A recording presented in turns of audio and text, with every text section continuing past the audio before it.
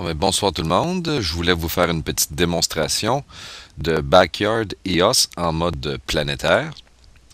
Je commence tout juste à utiliser Backyard EOS, donc je voulais vous montrer quelques petites choses que j'ai essayé à date pour amorcer des discussions.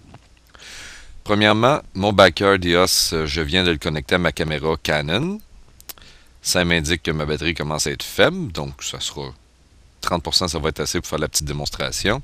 J'ai quand même un adapteur que j'ai acheté sur eBay en provenance d'Ontario qui m'a coûté à peu près 20$. Ça m'indique aussi en ce moment que mon ISO est réglé à 1600. Et j'ai acheté sur Internet, sur eBay encore, un fameux Temperhum qui indique la température et l'humidité et le point de rosée.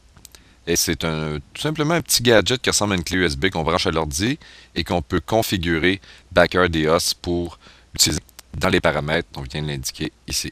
Et ça se fait automatiquement. Bon, voilà pour ça.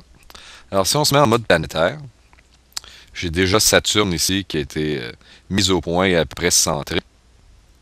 On va zoomer parce que on ne veut quand même pas enregistrer toute cette grosse image. On peut utiliser la fonction zoom. Et si j'ai bien compris, Backyard EOS utilise la sortie vidéo de la caméra Canon pour faire ses vidéos. Donc c'est pas HD, ça va me donner un film d'à peu près 900 par 600 quelques pixels. Maintenant, on va essayer de recentrer Saturne un petit peu avec la manette du télescope.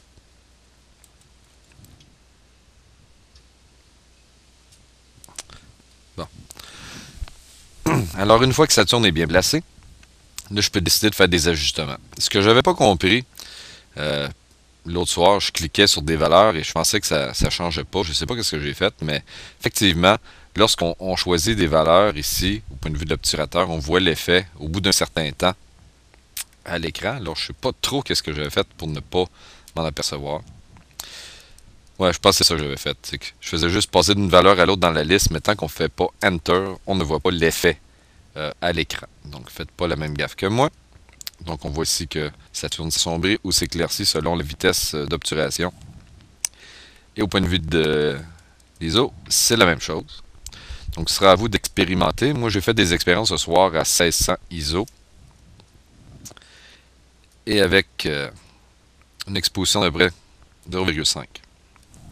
Bon, ici, on peut déterminer le nombre d'images qu'on veut capturer. Et je vous avertis tout de suite, ça devient assez gros. Et les fichiers sont limités par une taille AVI de 1 GB chacun.